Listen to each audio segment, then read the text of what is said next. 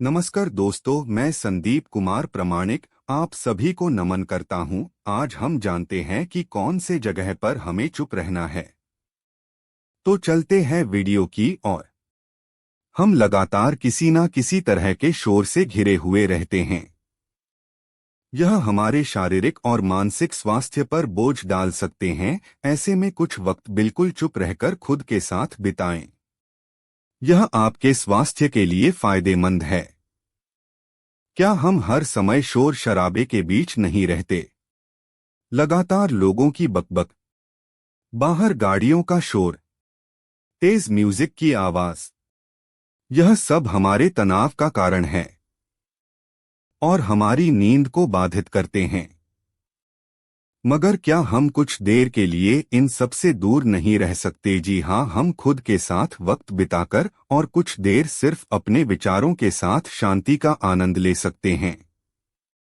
इंसान के सभी दुखों का कारण बोलना ही है, क्योंकि आवश्यकता से अधिक बोलना ही दुखों का कारण बनता है। इसलिए कम बोले, सटीक बोले, मधुर बोले और सबसे जरूरी जितनी आवश्यकता उतना ही बोले। वानियां बोलना ही नहीं बल्कि मौन में भी शक्ति होती है। यही कारण है कि धर्मों में मौन को बहुत महत्व दिया गया है। श्री कृष्ण कहते हैं, सेहत से मौन का गहरा संबंध है और इससे मानसिक शांति मिलती है। मौन से विचारों में एकाग्रता आती है और रचनात्मकता बढ़ती है। इसलिए जितने भी साधु संत या तपस्वी हुए, सबने माउंट में रहकर और ध्यान लगाकर ही संसार में गुरुजनों को प्राप्त किया है। हमारे जीवन में एक नहीं बल्कि बहुत सारे दुखों का कारण बोलना ही है, क्योंकि हमारी समस्या यही है कि हम चुप नहीं रह सकते, हमेशा कुछ ना कुछ बोलते ही रहते हैं। और आपके बोलने के कारण ही आधे से ज्यादा दुख निर्मित होते हैं।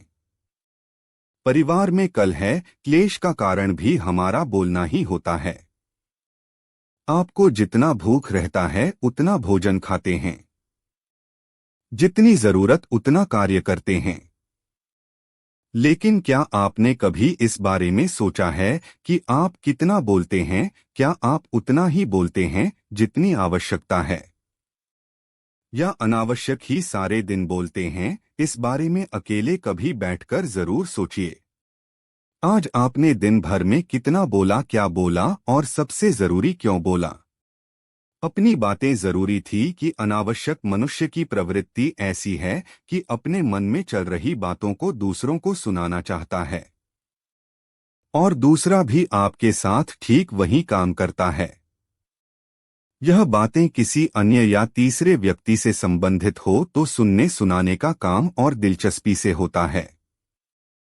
इसलिए कम बोले और स्वस्थ रहे। नमस्कार।